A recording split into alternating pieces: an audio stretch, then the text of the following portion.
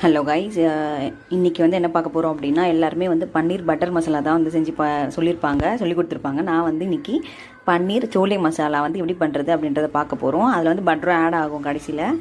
So கடாயில் வந்து oil ஊற்றிக்கோங்க. இது வந்து கடலை எண்ணெய் நான் 3 ஸ்பூன் ஊற்றிருக்கேன்.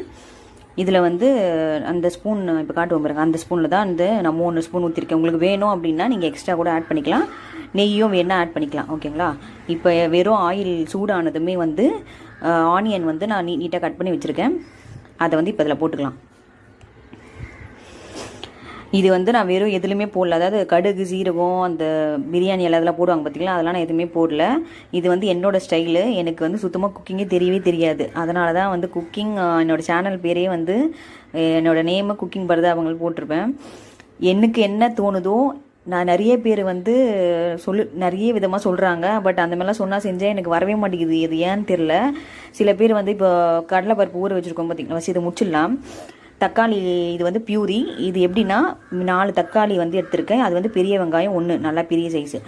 இது வந்து 4 தக்காளி கட் பண்ணி வச்சுட்டு அதுக்கப்புறம் மிக்சியில் போட்டு அரைச்சிட்டு அதை வந்து வடிகட்டி வச்சுருக்கேன். ஓகேங்களா?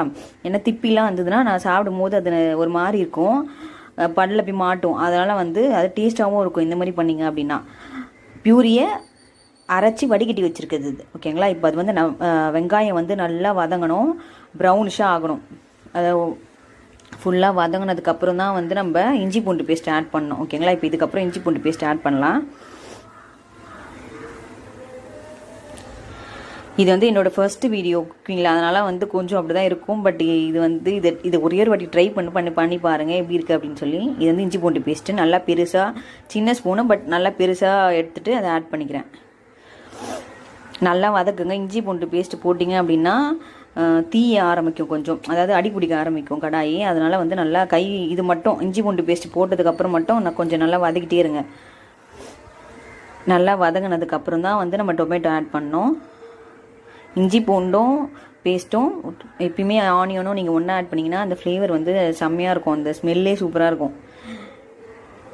எனக்குலாம் வந்து எப்படி சொல்கிறது, குக்கிங்லாம் வந்து சுத்தமாக தெரியவே தெரியாது. நான் நிறைய சேனல்லாம் பார்த்துட்டு அதுக்கப்புறம் அதுதான் ஒன்றையும் ட்ரை பண்ணுவேன். அதுவுமே ஒழுங்காக வராது. பட் இதை வந்து நீங்கள் ட்ரை பண்ணி பாருங்கள். கண்டிப்பாக வந்து பன்னீர் பட்டர் மசாலா பிடிக்காதவங்க கூட இதை சாப்பிடுவாங்க, அந்த மாதிரி இருக்கும் டேஸ்ட்டாக. ஸோ இப்போ வந்து நல்லா வதங்கினதுக்கப்புறம் டொமேட்டோ அந்த அரைச்சி வச்சுருக்க அந்த பியூரியை வந்து நம்ம இதில் ஆட் பண்ணுறோம்.